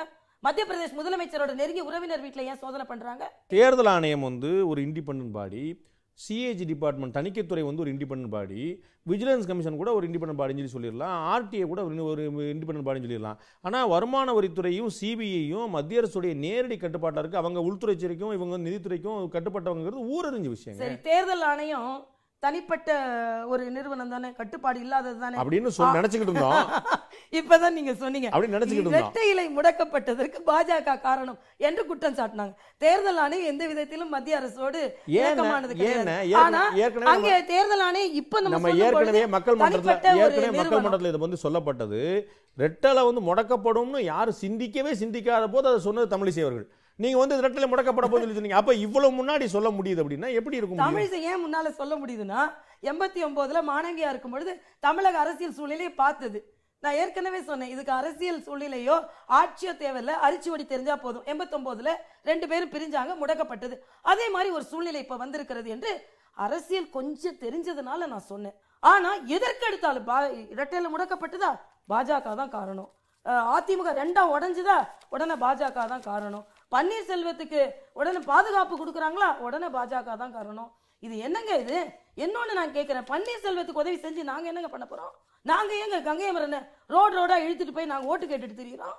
எங்களுக்கு நாங்க வளர வேண்டாமா? நாங்க தமிழ்நாட்டுல கால் பதிக்க வேண்டாமா? நிச்சயம் பதிப்போம். அதுக்காக நாங்க கஷ்டப்பட்டு இருக்கோம். அதுல எல்லாத்தையும் துரதிருஷ்டவசமா ஜெயலலிதா உயிரோட இருக்கும்போது அவங்களோட பி டீம், பன்னீர்செல்வத்தோட பி டீம், நாங்க என்னைக்கு தாங்க ஏ டீம் ஆறுது? நீங்க கரெக்டான பாயிண்ட்டுக்கு வந்தீங்க. அரசியல் விமர்சனம் வைக்கக்கூடிய குற்றச்சாட்டு என்ன அப்படின்னா, திரு தினகரன் தோல்வியுற்று அதிமுக ஆட்சி ஆட்டம் கண்டு ஒரு பொது தேர்தல் வந்தால்தான் 2019 பாராளுமன்ற தேர்தலுக்கு முன்னால் தமிழ்நாட்டில் பாஜகவை வலுப்படுத்த முடியும். அந்த மிஷனை நோக்கி இந்த மிஷன் இம்ப்ளிமெண்ட் பண்ணப்படுது. நான் ஒன்று சொல்றேன், அந்த மிஷனை நோக்கி போகணும்னா கூவாத்தூர்ல தப்பிக்க வச்சு, கூவாத்தூர்ல 122 பேர்ல பரிசோதனைக்கே உள்ளாக்காம அப்படியே உட்கார வச்சு ஆளுநர் உரையில இல்ல இது சரியில்லைன்னு சொல்லி எந்த நேரத்துல வேணாலும் ஆட்சி அமைக்காமல் தடுத்திருக்க முடியும். முடியாது, முடியாது. நீங்க தாமதப்படுத்த 117 எம்எல்ஏ எனக்கு இருந்தா நான் தான் முதலமைச்சர். நீங்க தடுக்கவே முடியாது. நீ ஏன் தடுக்க முடியாது? யாரு 117 எம்எல்ஏ இப்ப பண்ற மேனிபுலேஷன் பண்ண முடியாதா? நீங்க சொல்லுகின்ற மேனிபுலேஷன் பண்ண முடியாது, பண்ணிருக்க முடியும். வைக்கக்கூடிய விமர்சனம் முடிந்த அளவு தாமதப்படுத்தினீர்கள். எங்க மேல குற்றச்சாட்டை வைத்தாங்கங்க. சசிகலா குரூப் அவங்க ஆட்சி அமைக்க விட்டுட்டாங்கன்னு. ஜனநாயக முறைப்படி எது நடந்ததோ அது நடைபெற்று கொண்டிருக்கிறது. அதுதான் இப்போ அப்படிதான். ஆனா அதுல எல்லாவற்றிலும் நாங்க அவங்க ஆட்சியை கலைப்பதாக இருந்தால் ஜெயலலிதா அம்மா இறந்ததுல இருந்து அவங்க ஆட்சி அமைக்க விட்டுக்க முடியாது. வேற வாய்ப்புகளை நீங்க கவர்னர் ஆட்சி கொண்டு வந்திருக்க முடியுமா? முடியாது. அதெல்லாம் முடியாது. நீங்க என்ன பண்றீங்க? ஒருத்தர் 134 எம்எல்ஏ வச்சிருப்பாரு, நீங்க ஆட்சிக்கு வரீங்களா? கலைப்பீங்களா? நீங்க கலைச்சு இல்ல பொம்மை கேஸுக்கு பிறகு நீங்க நினைக்கிற நேரத்துல கலைக்க முடியாது. இது அந்த கால ஆட்சி கிடையாது. அதாவது நாங்கள் ஜனநாயக முறைப்படி நடந்து கொண்டு இருக்கிறோம். மற்றவர்கள் எங்களிடம் சொன்னாங்க, ஆனா நாங்க அதை செவி சாய்க்கல. நீங்க முடிந்தவரை தாமதப்படுத்தி பாத்தீங்க. 14ஆம் தேதி தீர்ப்பு வந்து 16ஆம் தேதி சிறை செல்ற வரைக்கும் நீங்க காத்திருந்தீங்க. அப்பா எல்லாமே நல்லபடியா முடிஞ்சதுக்கு அப்புறம் அடுத்த விஷயம் பாத்தீங்க. அப்படிலாம் இல்ல. குற்றவாளிகள் நினைத்திருந்தால் ஆட்டம் காண வைத்திருக்க முடியும். ஆனா ஜனநாயக முறைப்படி எல்லாம் நடக்கட்டும்னு விட்டுருக்கோம். நீங்க சொல்ற குற்றச்சாட்டு இன்றைக்கு அந்த ஆட்சி ஆட்டம் காண வைக்க வேண்டும் என்பதற்காக இது நான் என்ன கேக்குறேன். 5ஆம் தேதி டாக்டர் 5ஆம் தேதி பிப்ரவரி 5ஆம் தேதி புதிய தலைவராக சட்டமன்ற குழு தலைவராக திருமதி சசிகலா தேர்ந்தெடுக்கப்பட்டாங்க. 14ஆம் தேதி அவர் மீதான தீர்ப்பு வரும் வரை தாமதம் படுத்தியது ஏன்? இன்னும் சொல்ல போனா தீர்ப்பு ஒரு வாரத்தில் வரப்போகுதுங்கிறதே ஒரு வாரம் கழிச்சு தான் சொன்னாங்க. ஸோ 5ஆம் தேதியில இருந்து தாமதப்படுத்துறதுக்கான நோக்கமே புரியலையே. அவர் டெல்லியில போய் உட்கார்ந்துட்டாரு, இங்க ஊட்டியில ஒரு புறம் அமைச்சிருந்தாரு, அங்க போய் உட்கார்ந்துட்டாரு. எல்லாரும் சண்டை வருமா இல்லையா? தீர்ப்பு 14ஆம் தேதிக்கு பிறகு சட்டப்பூர்வமாக நீங்க பதவி பண்ணவே முடியாது. சசிகலாவுக்கு பதவிக்கு அது நியாயம். ஆனா 14ஆம் தேதிக்கு முன்னாடி வரைக்கும் உங்களை போல என்னை போல ஒவ்வொரு மனிதரை போல ஒரு சுதந்திரமான மனுஷி. அதுக்கு முன்னாடி தீர்ப்பு வரும் என்று தகவல் வந்து அது 9ஆம் தேதிக்கு பிறகுதான் வருகிறது. அது 9ஆம் தேதிக்கு பிறகு தான் வருது. 5ஆம் தேதி மதியம் 1 மணிக்கு அவர் வந்து சட்டமன்ற குழு தலைவர் தேர்ந்தெடுக்கிறார். 6, 7, 8, 9 4 நாட்கள் தாமதப்படுத்தின காரணம் நீங்க தான் சொல்லணும். அதாவது வழக்கு நிலுவையில் இருக்கிறது என்பது எல்லாருக்கும் தெரியும். அது என்னைக்கு தீர்ப்பு வரும்? அந்த வழக்கு வந்து தீர்ப்பு ஒத்திவைக்கப்பட்டு 7 மாசம் ஆச்சு. அதுக்கப்புறம் தீர்ப்பு சொன்னாங்க. உச்சநீதிமன்ற தீர்ப்பு வருதுன்னு அதுக்கு கவர்னர் என்ன செய்வாரு? உச்சநீதிமன்றத்தில் தீர்ப்பு வரும்பொழுது ஒரு குற்றவாளியை இன்னைக்கு சொல்றேன், குற்றவாளியை முதலமைச்சராக நாம் பதவி பிரமாணம் செய்து வைக்க கூடாது என்பதற்காக கவர்னர் தாமதப்படுத்தினார் என்பது உண்மை. அது உங்களுடைய கவலை கிடையாதுங்க. சட்டம் உங்களுக்கு அந்த அதிகாரத்தையும் கொடுக்கல. குன்ஹா அவர்கள் தீர்ப்பு சொன்ன போது ஜெயலலிதா குற்றவாளின்னு சொன்ன உடனே அவருடைய பதவி விலக நேர்ந்தது. அந்த மாதிரி வந்து அவங்க வந்து தீர்ப்பு வந்தா வெளியே போறாங்க. ஒரு கவர்னர் இத கூட அசஸ் பண்ண கூடாதுன்னு சொன்னா எப்படி? கோர்ட் ஜட்ஜ்மென்ட் அசஸ் பண்றாங்க. அவரு நீங்க நான் வந்து ஒரு பதவி பிரமாணம் எடுத்து வைக்கும் பொழுது அவரோட பின்புலத்தை பார்த்து அந்த பின்புலம் உள்ளவர் குற்றம் சாட்டப்பட்டவர், நெடுநாளையாக அவர் மீது இருக்கு வழக்கும் நிலுவையில் இருக்கிறது, வருவதற்கு வாய்ப்பு இருக்கும் பொழுது ஏன் தாமதப்படுத்த கூடாது, ஏன் காத்திருக்க கூடாது, பொறுமையாக கையாண்டார் என்று நாங்கள் சொல்கிறோம். ஆர்கே நகர்ல இடைத்தேர்தல் நடக்குமா நடக்காதா? இந்த பேட்டி எடுக்கும் போது நடக்குங்கிற நிலைமை இருக்கு. இந்த பேட்டி ஒளிபரப்பாகும் போது நின்றுமோ அப்படின்னு ஒரு பயம் வருது. தேர்தல் குற்றச்சாட்டுகள் நிரூபிக்கப்பட்டால், குற்றச்சாட்டுகள் நான் ஏற்கனவே சொன்ன மாதிரி எவ்வளவோ முறை ஏற்பாடுகள் செய்தாலும் வீரியம், அந்த லஞ்ச ஊழலின் வீரியம் எப்படி தேர்தலில் இந்த அளவிற்கு ஊழலும் லஞ்சமும் விளையாட முடியுமா, பணம் விளையாட முடியுமா என்பது அதிர்ச்சிகரமாக இருக்கிறது. ஆக தேர்தல் ஆணையம் அதை முடிவு செய்ய வேண்டும். எல்லா கட்சிகளும் அதற்கான புகாரை கொடுத்திருக்கிறார்கள். அவர்கள் நேர்மையாக அதை அலசி ஆராய்ந்து இல்லை இது கட்டுப்பாட்டிற்குள்ளே வரவில்லை என்று நினைத்தால் தேர்தல் ரத்தாக வேண்டும், இல்லை இது நாம் கட்டுப்படுத்தி விடலாம் என்று தேர்தல் ஆணையம் நினைத்தால் ரத்தாகாது. தேர்தல் ஆணையத்தில் நாங்கள் சொன்னது, நேர்மையாக தேர்தல் நடத்த முடியும் என்றால் நடத்துங்கள், இல்லை இப்படித்தான் இருக்கும் என்றால் அதை நடத்துவதில் பலன் இல்லை, பயன் இல்லை. திரு பொன் ராதாகிருஷ்ணன் மத்திய அமைச்சர், உங்க கட்சியை சேர்ந்தவர், அவர் சொல்றார் தேர்தல் ரத்து பண்றது வந்து அபத்தம், ரத்து பண்ணிடவே கூடாது, முடிஞ்சாலும் கடுமையான நடவடிக்கை எடுங்க, ஆனால் ரத்து பண்ணிடக்கூடாதுன்னு சொல்றாரு. நீங்க வந்து ரத்து பண்ணணும்னு முதல் முறையா சொன்னதுக்கு மறுநாள் 24 மணி நேரத்துக்குள்ள ரத்து பண்ணிடக்கூடாதுன்னு திரு பொன் ராதாகிருஷ்ணன் சொல்றாரு. அவர் ஒரு மத்திய அமைச்சர், இவ்வளவு செலவெல்லாம் பண்ணியாச்சு, இனிமே மக்களுக்கு அது தடுக்க முடியவென்றால் தடுத்து விட வேண்டியது தானே என்பது அவரது கவலையாக இருக்கிறது. நமது கவலை என்னவென்றால் நாங்கள் நேரடியாக தினம் தினம் பார்த்து கொண்டிருக்கும் பொழுது இவ்வளவு முறைகேடுகள் நடக்கிறதே. நீங்க கத்தி வச்சுட்டு நானும் கத்தி வச்சா உங்க பலம் தெரியும், என் பலம் தெரியும். நான் கத்தி வைத்துக் கொண்டிருக்கேன், நீங்க பீரங்கி வைத்துக் கொண்டிருந்தால் என் பலம் எப்படி தெரியும்? திருமதி தமிழிசை கருதுகிறார் தற்போது ஆர்கேனர் இடைத்தேர்தல் முறையாக நடக்கவில்லை, முறைகேடாக நடக்கிறது அப்படின்னு. ஆமா, இது வரைக்கும் நான் பார்த்த வரைக்கும் அப்படிதான். என்னோட ஒரு 3 நாள் தான் இருக்கு, நம்ம 4 நாள். சோ இது வரைக்கும் நடக்கக்கூடிய விஷயம் வந்து முறையா நடக்கல இல்ல. சோ இந்த ஆர்கேனர் இடைத்தேர்தல் முறைகேடாக நடந்ததுன்னு தேர்தல் முடிஞ்ச பிறகு சொல்ல போறீங்க? இருப்பதை தானே சொல்லுவேன், பார்த்ததை தானே சொல்லுவேன். நீங்களே சொல்ல முடியுமா? நான் கேட்கிறேன், இத்தனை அதிகாரிகள் மாற்றம், ஒரு பைக்ல போய் மைக்ரோ அப்சர்வர்ஸ், அதே மாதிரி நைட்டு பஸ்ஸை கொண்டு நிறுத்தி வச்சுட்டு பஸ்ல டிக்கெட் தான் கொடுப்போம் நாம கேள்விப்பட்டிருக்கோம். டிக்கெட் கொடுத்தவங்களுக்காக பணம் கொடுக்கறத நம்ம கேள்விப்படுறோம். பணமா இருந்தா நான் பிடிச்சிடலாம், பரிசு பொருளா இருந்தா நான் பிடிச்சிடலாம், வீடா இருந்தா நான் எப்படி பிடிக்க முடியும்? 57,000 வீடு உனக்கு கொடுக்குறேன், வெளியே எழுதியிருக்காங்க டிடிவி AHSS, அது என்ன கணக்குன்னு எனக்கு தெரியல. ஆக இதுல வந்து அந்த வீட்டில் உள்ள ஒரு மூதாட்டி சொல்றாங்க, இங்க எழுதி வச்சுட்டு போயிருக்காங்க, இதே டோக்கன் எங்ககிட்ட கொடுத்துருக்காங்க, நான் அந்த டோக்கனை கூட நான் தேர்தல் ஆணையத்தில் கொடுத்துருக்கேன், அந்த அம்மா தெரியாம என் கையில கொடுத்துருச்சு. என்னன்னா தேர்தல் முடிஞ்சு 57,000 வீட்டில் எங்களுக்கு ஒரு வீடு கிடைக்கும். உங்களால முடிஞ்ச அந்த வீட்டை கெடுத்து விட்டீங்க. நாங்க மோடியோட திட்டத்துல 2020க்குள்ள அனைவருக்கும் வீடுன்னு நேர்மறையாகவே வீடு கொடுக்க நாங்க அதுதான் சொல்ல வரேன். அதே மாதிரி நேர்மறையாக 57,000 வீடுகள் கட்டித்தரப்படும் தேர்தல் அறிக்கையில சொன்னாரே தவிர லஞ்சமா தரேன்னு சொல்லி சொல்லல. இல்லையே, நாங்க கொண்டு டோக்கன் கொடுக்கலையே. டோக்கன் கொடுத்து யார் யாருக்கெல்லாம் வீடு இல்லாம இருக்காங்க, யார் யார் சொந்த வீடு இல்லாம இருக்காங்க, யார் யார் கோரிக்கை வச்சிருக்காங்க கொடுக்கணுமா? நீங்க சொன்ன மாதிரி இப்ப வீடு கொடுக்கலங்க, நாலு கழிச்சு காலையில வீடு கட்டி கொடுக்கணுமா? இல்லங்க, அவங்களுக்கு ஒரு உத்தரவாதம் இருக்கா சொல்லலாம்ல. இது என்ன விஷயம்? உத்தரவாதம் கொடுத்தா அப்புறம் யார் ஓட்டு போடுவாங்க? அப்ப இது லஞ்சம் தானே. இது எப்படிங்க? நீங்க உத்தரவாதம் கொடுக்கலையா, நாங்க வந்து இப்படி ஆட்சி பண்ணோம் அப்படி ஆட்சி பண்ணணும்னு சொல்லலையா? தனித்தனியா போய் நான் ஆட்சிக்கு வந்தா நான் ஜெயிச்சா உனக்கு இந்த டோக்கன்ல இந்த வீடு கொடுப்பேன் நான் கொடுக்கறேனா? அது லஞ்சம்ங்க. நான் வந்து அது நான் புரிஞ்சுக்கிறேன், நேரடியா கொடுத்தா நான் வந்து, ஆனா இப்ப எப்படி பண்ணிட்டோம், ஆடு கொடுப்பேன், மாடு கொடுப்பேன், லேப்டாப் கொடுப்பேன், நாம வந்து இது லஞ்சமாக்கலையே, இது வெல்ஃபேர் ஸ்கீமா பார்க்க ஆரம்பிச்சோம். தனிப்பட்ட முறையில போய் உங்களுக்கு ஃபார்மை ஃபில் பண்ணி உங்களுக்கு ஒரு வீடு தரேன்னு சொன்னா நான் கேட்கிறேன், எந்த ஒரு பாவப்பட்ட ஒரு வாக்காளரும் நமக்கு ஒரு வீடு வருதுன்னு சொல்லி அவங்க மேல எவ்வளவு குற்றச்சாட்டு இருந்தாலும், அவர்கள் மீது எவ்வளவு வெறுப்புணர்ச்சி இருந்தாலும் அவங்க போட ஆரம்பிச்சாங்கன்னா இப்ப தேர்தல் எதுக்கு? இப்ப 57,000 பேர் அவங்களுக்கு தான் ஓட்டு போடுவாங்கன்னு போட்டு இழுத்து மூடிட்டு போயிட வேண்டியதுதானே. இது வந்து வாக்குறுதிங்க. 57,000 வீடு கொடுக்கப்படும் இந்த தொகுதிக்குன்னு சொன்னா அது தேர்தல் வாக்குறுதி.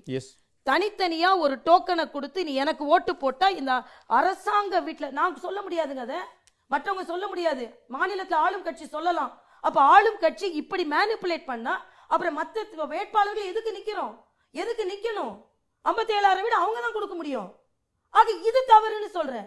தேர்தல் ஆணையம் என்னொன்னு உங்க கையில தான் ஆட்சி இருந்தது, ஏன் கொடுக்கல இதுக்கு முன்னால? தேர்தல் ஆணையம் வந்து அதிகாரிகளை மாற்றி தேர்தல் நடத்தும் அதிகாரியை மாற்றினாங்க. அதற்கு பிறகு தேர்தல் அதுக்கு மேலே வேற ஒரு அதிகாரி போட்டாங்க, சிறப்பு அதிகாரி போட்டாங்க, பக்கத்து மாநிலத்தில் கொடுத்தாங்க. தலைமை தேர்தல் அதிகாரிக்கே இன்னொரு சிறப்பு அதிகாரின்னு போட்டு வச்சிருக்காங்க. கடுமையான போலீஸ் ஃபோர்ஸ் கொடுத்துருக்காங்க. இந்த ரெய்டு உட்பட பல்வேறு விஷயங்கள் அவங்களுக்கு ஒரு இன்ஃப்ளூயன்ஸ் இருக்குன்னு சொல்லி சொல்றாங்க. இவ்வளவுக்கு பிறகும் தேர்தல் முறைகேடாக தான் நடக்கும் நீங்க நம்புறீங்களா? நீங்க நான் ஏற்கனவே அதனால தான் சொன்னேன், நோயின் தீவிரம் உக்கிரமாக இருக்கிறது. அந்த தீவிரம் மிக அதிகமாக இருக்கும் பொழுது இவர்கள் கொடுக்கும் மருந்தெல்லாம் எங்க அந்த நோயை தீர்க்கும்னு எனக்கு தெரியல. அதனால தான் நான் திருப்பி திருப்பி சொல்றேன், எல்லா மாநிலங்களையும் விட தமிழகம் இன்று மிக வேகமாக எதில் முன்னேறி கொண்டு இருக்கிறதுனா, ஒரு அம்மா சொல்றாங்க எங்க கிட்ட டோக்கன் கொடுத்துருக்காங்க, பீச்சு கிட்ட நிக்கிறாங்க. நான் இன்னொன்னு கேட்கிறேன், தொகுதியிலிருந்து வெளியே உள்ள ஒரு லாட்ஜில் இன்னைக்கு இவ்வளவு ஆவணங்கள் பிடிபட்டு இருக்கிறது, வேட்பாளர்களுக்காக கொடுப்பதற்காக வைக்கப்பட்டிருந்த டோக்கன் பிடிபட்டு இருக்கிறது. தொகுதிக்கு வெளியே, இது இடைத்தேர்தல், 15 தொகுதி சுத்தி இருக்கு, எல்லா தொகுதிகளிலும் பிரச்சனை இருக்கிறது, அங்கே வைத்து கொடுக்கிறார்கள், என்ன செய்ய முடியும்? அதனாலதான் சொல்றேன், இந்த முறைகேடின் வீரியம் மிக அதிகமாக இருக்கிறது. தேர்தல் ஆணையம் கொடுக்கும் மருந்து போதவில்லை, எவ்வளவு மருந்தா இருந்தாலும். செய்திகளை நீங்க நிறைய முந்தி தந்திருக்கீங்க. இந்த ஆர்கே நகர் தேர்தல் நடக்குமா நடக்காதா, நீங்க என்ன சொல்றீங்க? நடக்க வேண்டாம் என்பது எங்களது கருத்து. ஏனென்றால் இவ்வளவு முறைகேடு வந்த அப்புறம் வர ரிசல்ட் நேர்மையான ரிசல்ட்டா இருக்க போறது இல்லை. இதை தேர்தல் ஆணையம் முடிவு செய்யணும். பாஜக தன்னுடைய தோல்வியை ஒப்புக்கொண்டு விட்டது? நிச்சயமாக இல்லை, நிச்சயமாக இல்லை. பாஜக தோல்வியை ஒப்புக்கொள்ளவே இல்லை. நான் இன்னும் சொல்றேன், நாங்க களத்துல நிக்கிறோம். எனக்குள்ள ஒரு சின்ன நம்பிக்கை என்னென்றால், ஒருவேளை தேர்தல் நடந்தாலும் பாஜக போன்ற ஒரு நேர்மையான கட்சிக்கு மக்கள் வாக்களிக்கட்டும். 122 பேர்ல ஒருத்தங்க வந்து ஒன்னு ஒரு சின்ன மாற்றத்தை கொடுங்களேன், நாங்க எப்படி செயலாற்றுகிறோம் என்பதை பாருங்களேன், அதுக்கு ஒரு வாய்ப்பை கொடுங்கள், நாங்க கேட்டுக்கொண்டு இருக்கிறோம். மக்கள் அந்த வாய்ப்பை தருவார்கள் என்றுதான் இவ்வளவு முறைகேடுக்கு பின்னும் நான் என் தொண்டை போனாலும் பரவாயில்ல, உழைப்பு போனாலும் பரவாயில்ல, நாங்க களத்துல நிற்கிறோம். மக்கள் எங்களுக்கு வாய்ப்பு தருவார்கள், அதனால நான் தோல்வியை ஒப்புக்கொள்ளலை. வெற்றியின் ஆரம்பம் எங்களுக்கு கிடைக்காதா என்ற ஏக்கத்தில் நான் இருக்கேன். அதிமுக திரு டிடிவி தினகரன் அவர்களுடைய அணியில குற்றம் சொல்றீங்க, அவங்க இந்த மாதிரிலாம் முறைகேடு பண்றாங்க, இந்த மாதிரிலாம் பணம் கொடுக்குறாங்கன்னு சொல்லிட்டு. ஆனால் நீங்கள் வந்து திரு கங்கை அமரன் அவர்களை வேட்பாளர் நிறுத்தி, கங்கை அமரன் ஊர் இருந்தவர், உலகம் அறிந்தவர், ஆனால் அவரை தாழ்த்தப்பட்டவர் அப்படின்னு ஒரு அறிமுகம் கொடுக்கறது வந்து எந்த வகையில்? நிச்சயமாக நீங்க எந்த இடத்துல வேணாலும் நீங்க பாருங்க, அப்படி அதிகாரப்பூர்வமாகவோ நேரடியாகவோ அப்படிப்பட்ட அறிமுகத்தை எங்கேயுமே நான் கொடுக்கல. நீங்க எந்த ஆவணத்தை வேணாலும் நீங்க காமிங்க, அப்படிப்பட்ட அறிமுகத்தை நான் கொடுக்கவே இல்லை. கட்சியும் அப்படிப்பட்ட அறிமுகத்தை கொடுக்கல. திருமதி தமிழிசை பேசி நான் கேட்டிருக்கிறேன். இல்லை இல்லை இல்லை இல்லை இல்லை, நான் அப்படி, அதாவது நாங்க இதற்காகத்தான் அவரை நிக்க வைத்தோம்னு நான் பேசல. பாஜக மேல சாதாரண ஒரு குற்றச்சாட்டு என்ன வருது? இவர்கள் ஒடுக்கப்பட்டவர்களுக்கு எதிரானவர்கள், ஒதுக்கப்பட்டவர்களுக்கு எதிரானவர்கள், இவர்கள் அவர்களை கண்டுகொள்ளவே மாட்டார்கள் என்று குற்றச்சாட்டு வரும் பொழுது, நான் கலைஞர் மாதிரி சொல்லல. கலைஞர் ஆசா மேல ஒரு குற்றச்சாட்டு வந்த உடனே அவர் அதனால் அதை சொல்கிறார்கள் என்று நான் சொல்லல. சபாநாயகர் முறையாக நடந்து கொள்ளவில்லை என்று எதிர்க்கட்சிகள் எல்லாம் குறை சொல்லும் பொழுது நான் அதனால் என்னை குறை சொல்ல அப்படி நாங்க சொல்லல. அவர்கள் அதை வைத்து அரசியல் செய்வதை போல பாஜக நிச்சயமா செய்யல. அடித்து என்னால் சொல்ல முடியும். இதை சொல்வதற்கே இப்படி எங்க மேல குற்றச்சாட்டு வந்தது என்றால் நேரடியாக அதை வைத்து அரசியல் செய்து கொண்டிருக்கின்ற திமுக அதிமுக என்ன சொல்ல போறீங்க? அப்ப இதுவே பாஜக எதை சொன்னாலும் தவறு என்று சொன்னால் எப்படி என்று எனக்கு கருத்து. ரெண்டு கேள்வி. டெல்லியில விவசாயிகள் நம்ம பேசிட்டு இருக்கும்போது கிட்டத்தட்ட 24 நாளா போராடிட்டு இருக்காங்க. ஒரே ஒரு கோரிக்கை தான், பிரதமரை பார்த்து நாங்க நேரம் சொல்லிட்டோம்னா உங்களுடைய ஆதங்கம் எல்லாம் தீர்ந்துரும் சொல்லி சொல்றாங்க. பிரதமர் இவ்வளவு வம்படியா பார்க்க மாட்டேன்னு சொல்லி இருக்கிறதுக்கான காரணம் என்ன? பிரதமர் வம்படிக்கலைங்க. பிரதமரின் பிரதிநிதியாக இருக்க பொன் ராதாகிருஷ்ணன் பார்த்திருக்காங்க, எல்லா அமைச்சரும் பார்த்திருக்காங்க, மரியாதைக்குரிய அருண்ஜேட்லி அவர்கள் பார்த்திருக்கிறார்கள். அவர்கள் வைத்திருக்கும் கோரிக்கை நீங்க அவங்க போய் ஜனாதிபதியே பார்த்து வந்தாங்க. ஆனாலும் யார் சொன்னா காரியம் நடக்குன்னு எல்லாரும் தெரியும்ல. நீ எல்லாரையும் பார்த்துட்டு சொல்லி சொன்னா தமிழ்நாட்டுல பிஜேபி ஒரு காரியம் ஆனது மாநில தலைவர்கிட்ட கேட்கணும். அவங்க சொல்ற நிதி சம்பந்தப்பட்ட ஒரு பிரச்சனைக்கு அருண்ஜேட்லியை பார்க்காம யாரை பார்ப்பாங்க? தூங்குறவரை எழுப்பலாங்க, தூங்குற மாதிரி நடிக்கிறவங்களை எழுப்ப முடியாது. அதுதான் அங்க நடந்து கொண்டு இருக்கிறது. நீங்க சொல்றது எந்த விதத்தில் நாங்க திரு ஐயாக்கண்ணு நடிக்கிறாருன்னு சொல்றீங்க. அதாவது உள்நோக்கத்தோடு அவர் விவசாயி என்றால் விவசாயிகளுக்கு அத்தனை உதவிகளை நாங்க செஞ்சிருக்கோம். என்ன சொல்றேன்? தமிழக அரசு வறட்சிக்கு என்ன செஞ்சது? மத்திய அரசு 100 நாள் வேலை வாய்ப்பு திட்டத்தை 150 நாட்களாக மாற்றி அதில் 6000 கோடியாக இருந்ததை 10,000 கோடியாக மாற்றி எல்லாம் செய்து கொண்டிருக்கும். நீங்க உங்களுடைய சாதனை பட்டியல சொல்றீங்க, அவங்க அவங்களுடைய வேதனை பட்டியல சொல்றாங்க. அவ்வளவுதான். நீங்க சொல்லுங்க. தமிழ்நாட்டு விவசாயிகள் செழிப்பா இருக்கிறாங்க, என்னங்க நல்லா மழை பெஞ்சிருக்கு, ஓஹோன்னு விளைச்சல் வந்திருக்கு, என்னங்க கொள்ள அப்படின்னு சொல்லி கேளுங்க. இல்ல அப்படி கேட்க மாட்டேன். இங்க 62 விழுக்காடு மழை குறைஞ்சு பெரிய பஞ்சம் மாதிரி இருந்து வறட்சி அறிக்கப்பட்டு எங்களுக்கு கடன் தள்ளுபடி பண்ணுங்கன்னு கேக்குறாங்க. நான் கேட்க மாட்டேன். ஏன்னா இன்னொன்று நான் சொல்றேன், பயிர் பாதுகாப்பு திட்டம் என்ற ஒரு திட்டத்தை நரேந்திர மோடி அவர்கள் கொண்டு வந்து தமிழகத்தில் உள்ள 50 லட்சம் விவசாயிகள் அதில் பலன் பெறலாம் என்று இருக்கும் பொழுது தமிழகத்துல மாநில அரசின் தவறினால் வெறும் 13,000 பேர் தான் அதுல என்ரோல் ஆயிருக்காங்க. யார் மேல தப்பு? இதைத்தான் நாங்க சுட்டி காண்பிக்கிறோம். மாநில அரசு தப்புன்னு சொல்லி சொல்லுங்க. ஆனா நீங்க ஐயாக்கண்ணு நடிக்கிறான்னு சொல்றது என்ன நியாயம் கேக்குறேன். ஐயாக்கண்ணு மாநில சொல்லும் போதே மத்திய அரசை எதிர்த்து தான் நாங்கள் போராடுகிறோம் என்று நான் கேட்கிறேன். எதிர்த்து இல்லைங்க, கோரிக்கை வச்சுங்க. ஐயாக்கண்ணு போய் நரேந்திர மோடி கோரிக்கையில உள்நோக்கம் இல்லை என்று வைத்துக் கொள்ளுங்கள். இன்னைக்கு கூட நீதிமன்ற தீர்ப்பு வந்திருக்கிறது. செப்டம்பர் மாதத்துல ஒரு 6000 கன அடி தண்ணீரை நாங்க கர்நாடகா கொடுக்க சொன்னோம், அதை கொடுக்கல. ராகுல் காந்தி பக்கத்துல உட்கார்ந்தாருல. உள்நோக்கம் இல்லை என்றால் கர்நாடகா இன்னைக்கு 3 டிஎம்சி தண்ணீரை கொடுக்கணும்னு சொல்லியிருக்கு ராகுல் காந்தி அவர்களே. உங்க கட்சி தான் அங்க வேலை செய்ய, அங்க ஆட்சியில இருக்கு. அதை விட சொல்லுங்க. ஏன் சொல்லல? திரு எடியூரப்பாவை நீங்க சொன்னீங்கன்னா, திரு எடியூரப்பா சொன்னீங்கன்னா, அவர் திரு எடியூரப்பா முதலமைச்சராக இருந்தவர், முதலமைச்சராக வர ஆசைப்படுபவர். தமிழ்நாடு பாஜக கர்நாடக பாஜக கோரிக்கை வச்சு ஒரு வார்த்தை திரு எடியூரப்பா அவர் எதிர்க்கட்சி தலைவர் எந்த ஓட்டுக்கு பயந்து திரு எடியூரப்பா மௌனமா இருக்கிறாரோ அதே ஓட்டுக்கு பயந்து தான் சித்தராமையா பேசுறாங்க. ராகுல் காந்தி ஓட்டுக்கு பயந்து இருக்கலாம், திருநாவுக்கரசு பயந்து இருக்கலாம். அவர்கள் மீது எந்த குற்றச்சாட்டு செய்ய மாட்டீங்களா? கொடுக்க மாட்டீங்களா? அப்ப நீங்க சொல்லுங்க. நாங்களும் ஓட்டுக்கு பயந்து தான் காவிரி பிரச்சனையில மேலாண்மை வாரியம் அமைக்காம இல்ல. இன்னைக்கு யார் கையில் அங்க ஆட்சி இருக்கு? நீங்க சொல்ல 100% சரி. திரு ராகுல் காந்தியும் திரு திருநாவுக்கரசும் அப்படிதான் வைக்கணும். ஆனால் நான் ஏற்கனவே சொன்ன போல திரு பொன் ராதாகிருஷ்ணன் அவர்களும் திருமதி தமிழிசை சவுந்தரராஜன் அவர்களும் எடியூரப்பாவையும் சதானந்த கவுடாவையும் இங்கிருந்து எம்பியா போன திரு வெங்கையா நாயுடு சொல்லி எங்களுக்கு தண்ணி விடுங்கன்னு சொல்லி பரவாயில்ல. வெங்கையா நாயுடு வாய் திறக்க மாட்டேன்றாரு, சதானந்த கவுடா வாய் திறக்க மாட்டேன்றாரு, எடியூரப்பா வாய் திறக்க, ராகுல் மட்டும் வாய் திறக்கணுமா? அவங்க வாய் திறந்தால் தண்ணீரை திறந்து விட முடியுமா? அவங்க தமிழ்நாட்டுக்கா பேசுங்களேம்மா, தமிழ்நாட்டுக்கா பேசுங்களேன் ஒரு வார்த்தை. ஆட்சியில் இருப்பவர்கள் பேச மாட்டாங்களாம், ஆட்சியில் இருக்கவர்கள்.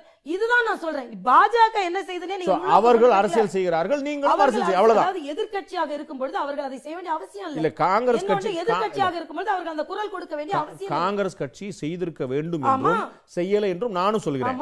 அதே குற்றச்சாட்டு தானே உங்களுக்கும் பொருந்தும்னு கேக்குறேன். அவ்வளவுதான் கேக்குறேன். தமிழ்நாட்டுல ஒரு பிரச்சனை. அவரு பழனிசாமி கிட்ட கேப்பீங்களா, தமிழிசை கிட்ட கேப்பீங்களா? தமிழிசை குரல் கொடுத்தா என்ன பிரயோஜனம்? பழனிசாமி குரல் கொடுத்தா தானே தமிழ்நாட்டுல நடக்கும். அதைத்தான் நாங்க சொல்றோம். ஆட்சியில் இருப்பவர்கள் திறந்து விட வேண்டியவர்கள் வாய் திறக்காது தப்பு கிடையாதான். எந்த விதத்திலையும் எதிர்கட்சியாக இருக்கவங்க ஒரு வார்த்தை சொல்லணும்னு சொன்னா எப்படி? அதைத்தான் நான் குற்றம் என்று சொல்ல. ஆக எதை எடுத்தாலும் கணைகள் பாஜகவை மட்டுமே நோக்கி பாய்கிறது என்பது உள்நோக்கத்தோடு நடைபெறுகிற ஒரு பிரச்சனை என்பதை நான் திரு சொல்றேன். ஐயா கொன்னு நடத்தி கொண்டிருக்கக்கூடிய போராட்டம், அதற்கு தமிழ்நாட்டில் இருக்கக்கூடிய ஆதரவு என்பது ஒரு ஒரு மோசடியான வேலையா, ஒரு ஏமாற்று வேலையா, நியாயமில்லாத கோரிக்கையா? ஐயா கண்ணு அவர்கள் இதை கேட்கட்டுங்க. 50 லட்சம் பேர் பயிர் பாதுகாப்பு திட்டத்தில் என்ரோல் ஆயிருக்கணுமே. எல்லா இடங்களிலும் விவசாயிகள் 2 மடங்கு சம்பாதிக்கிறார்கள், 2 மடங்கு தங்களது பணியை ஆற்றுகிறார்கள். ஏன் நீங்க அதுல நவீனப்படுத்தவில்லை? ஏன் நீங்க அதுல அவர்களுக்கான பின்புலத்தை ஆராய்ந்து? நான் இந்த திராவிட கட்சிகளையும் குறை சொல்வேன். இன்னைக்கு விவசாயிகள் பிரச்சனை இன்னைக்கு வந்ததா? அவர்களுக்கான தொலைநோக்கு திட்டத்தை திராவிட கட்சிகள் என்ன செஞ்சது? இன்னைக்கு மணல் கொள்ளையை எங்க நீங்க தடுத்தீங்க? இன்னைக்கு எதை தூர்வாருனீங்க? அவர்களுக்குள்ள தண்ணியை நீங்க எங்க கொடுத்தீங்க? ஆக ஆண்ட கட்சிகள், தமிழகத்தை ஆண்டவர்கள் 40-50 வருஷமா விவசாயிகளுக்கு என்ன தேவைன்னு இதை பார்க்காம ஒன் ஷாட்ல எல்லாத்தையும் நரேந்திர மோடி தான் பதில் சொல்லணும்னு சொன்னா அதில் உள்நோக்கம் இருக்கிறது என்பது எனது குற்றம். இல்ல, அவர்கள் கேட்கக்கூடிய ஒரே ஒரு கேள்வி, எங்களுடைய பயிர்க்கடனை கூட நீங்க தள்ளுபடி பண்ணிருங்க. தேசிய கடன் ஏற்கனவே ஐக்கிய முற்போக்கு கூட்டணி அரசு பண்ணது, நீங்கள் பண்ணிட்டா பிரச்சனை இல்லை. அருண் ஜேட்லி மிக தெளிவாக அதை சொல்லி இருக்கிறார். பட்ஜெட் தாக்கல் செய்யப்பட்டு விட்டது, இது நிதித்துறை சார்ந்த முடிவு, மாநில அரசு அந்த முடிவை எடுக்கலாம். எல்லா மாநிலங்களிலும் மாநில அரசு தான் அந்த முடிவை எடுத்திருக்கிறது. ஐக்கிய முற்போக்கு கூட்டணி அரசு ஏற்கனவே அதுல எடுத்ததுல அப்புறம் ஏன் விவசாயிகள் திருப்பி தற்கொலை செய்து கொண்டிருந்தாங்க? முடிவாகி விட்டதா? அதில் தீர்வு கிடைத்ததா? ஐக்கிய முற்போக்கு கூட்டணி அரசு இந்த இதை செஞ்ச பயிர்க்கடனால தீர்வு கிடையாது, பயிர்க்கடன் தள்ளுபடினால தீர்வு கிடைக்காது, பயிர்க்கடன் ரத்துனால தீர்வு கிடைக்காது, தீர்வு கிடைக்காது. அந்த பயிர்க்கடன் ரத்து எல்லாருக்கும் செய்யல. அதில் எல்லாரும் அப்பவே குற்றச்சாட்டு செய்யல. நீங்க என்ன சொல்றீங்க? பயிர்க்கடன் ரத்துனால தீர்வு கிடைக்காதுன்னு சொல்றீங்களா? அதாவது தீர்வு எப்படி கிடைக்கும் என்றால் அதற்கு மாநில அரசு தனது நிதி கொள்கையை மாற்றி அவர்கள் செய்யணும். உத்தரப்பிரதேசல செய்யலையா பிஜேபி? ஒரு உத்தரப்பிரதேசத்தோட யோகியால 36,000 கோடி கடனை ரத்து செய்ய முடியும் பொழுது ஏன் நீங்க செய்யல? பாஜக முதலமைச்சரால் செய்ய முடியும் பொழுது ஏன் அதிமுக முதலமைச்சரால் செய்ய முடியல? இப்படி நீங்க கேட்டீங்கன்னா உள்நோக்கம் இல்லைன்னு நான் சொல்லுவேன். இப்படி கேட்காமல் தண்ணி கொடுக்க வேண்டியவங்க பக்கத்துல உட்கார்ந்து டிராமா போடும்போது கேட்காம மோடி மட்டும்தான் எனக்கு எல்லாம் சொல்லணும்னு சொன்னால் உள்நோக்கம் இருக்கிறது என்று சொல்லாமல் என்ன சொல்ல முடியும்? இதுதான் எனது கோரிக்கை. ஓகே, நீங்க விவசாயிகளுடைய போராட்டத்தை ஒரு கேள்விக்கு பார்வையோட பாக்குறீங்கன்னு நினைக்கிறேன். இல்ல நாங்க பயிர் பாதுகாப்பு திட்டம் கொடுத்திருக்கிறோம், நதிகள் இணைப்போம் நாங்க சொல்லி இருக்கிறோம். ஆக மாநில அரசு செய்யக்கூடியதை மத்திய அரசின் மீது வீண் பழி போட்டால் அதையும் தாங்கிக் கொள்ள வேண்டுமா என்பது எனது கேள்வியாக இருக்கிறது. நன்றி திருமதி தமிழிசை சவுந்தரராஜன். இவ்வளவு நேரம் உங்களுடைய கருத்தையும் உங்களுடைய நேரத்தையும் எங்களோட பகிர்ந்து நன்றி. உங்களுடைய நல்ல நோக்கங்கள் நிறைவேற எங்களுடைய வாழ்த்துக்கள்.